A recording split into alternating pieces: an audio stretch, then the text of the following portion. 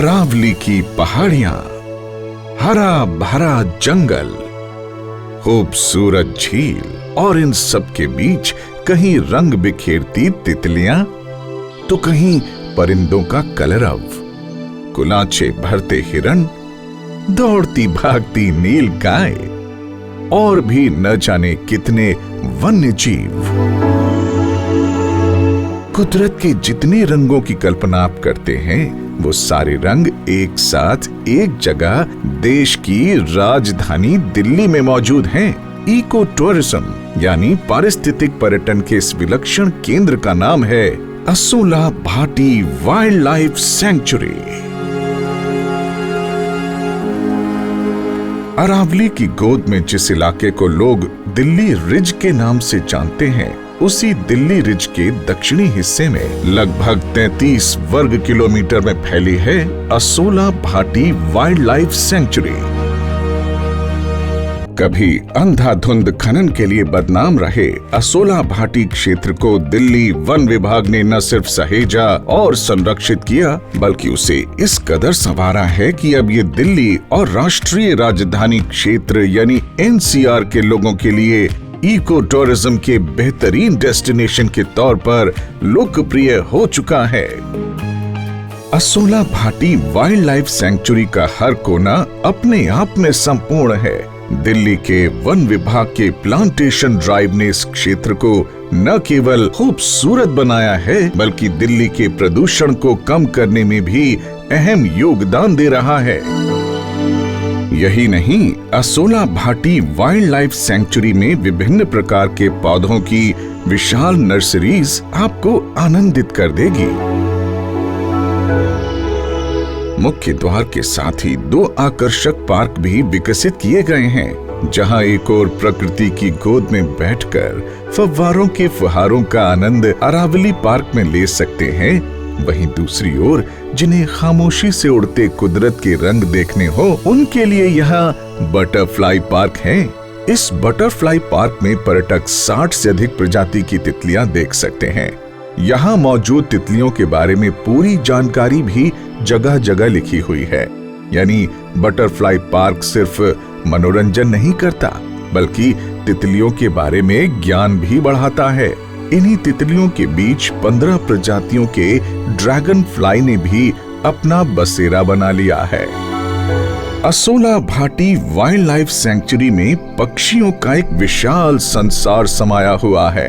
यहाँ लगभग 250 नस्ल के परिंदे मौजूद हैं। पक्षियों की कई प्रजातियां जो विलुप्त होने की कगार पर थीं, वो भी अब Asola Bhati wildlife century में नजर आने लगी हैं। सर्दियों में तो यहाँ लाल चोंच वाले गिद्ध और अन्य प्रवासी पक्षी भी खूब आने लगे हैं। इस वाइल्ड लाइफ सेंचुरी में नील गाय, हिरन, धारीदार लकड़बग्घे, तेंदुए, गोल्डन चकौल, मंगूज यानी नेबले और जंगली बिल्ली समेत 25 प्रजाति के जानवर भी हैं। कभी रिहायशी इलाकों को परेशान करने वाले बंदरों की तो यहाँ मौज है। उनके लिए भोजन का पूरा प्रबंध इस वाइल्ड लाइफ सेंचुरी में है, इसलिए वो अब न तो खुद परेशान होते हैं और न ही इंसानों को परेशान करते हैं।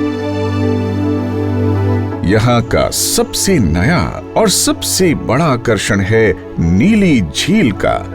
अरावली की पहाड़ियों में खनन की वजह से बने गड्ढों को संरक्षित करके वन विभाग ने खूबसूरत झील में तब्दील कर दिया है।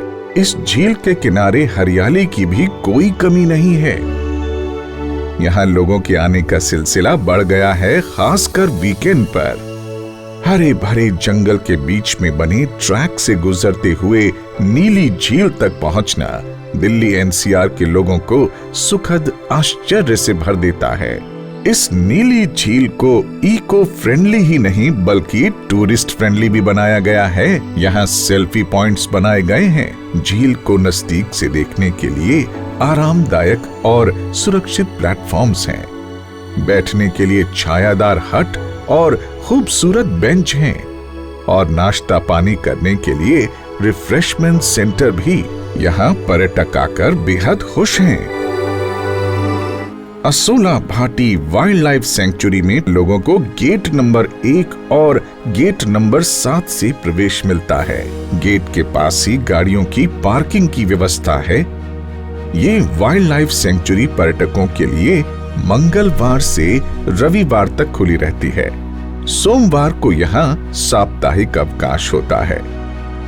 ये वाइल्ड लाइफ सेंचुरी संरक्षित वन क्षेत्र में है। लेपर्ड जैसे जानवर की मौजूदगी भी यहाँ है, इसलिए अकेले जाने की इजाजत नहीं है। क्योंकि वाइल्ड लाइफ सेंचुरी का दायरा बहुत बड़ा है, इसलिए लोगों की सुविधा के लिए यहाँ साइकिल ट्रैक भी बनाए गए हैं।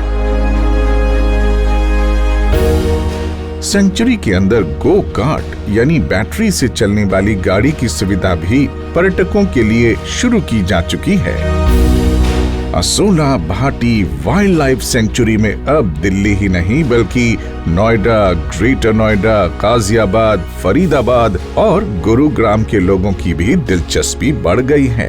वीकेंड यानी शनिवार और रविवार को तो यहाँ जंगल में मंगल जैसा नजारा होता है। लोगों का उत्साह देखते हुए अब दिल्ली वन विभाग के साउथ डिवीजन ने यहाँ नक्षत्र वन, राशि वन और तपोवन के नाम से नया प्रयोग शुरू करने का फैसला किया है। दक्षिणी दिल्ली के वन क्षेत्र में उन पौधों को विशेष तौर पर लगाया जा रहा है जो राशि, नक्षत्र और ऋषियों की तपस्या की वैदिक और आध्यात्मिक परंपरा से जुड़े हुए हैं। जाहिर है दिल्ली एनसीआर के लोग जब तक कुदरत के इस अनमोल खजाने से दूर रहेंगे तब तक सुख, समृद्धि और शांति कहाँ संभव है।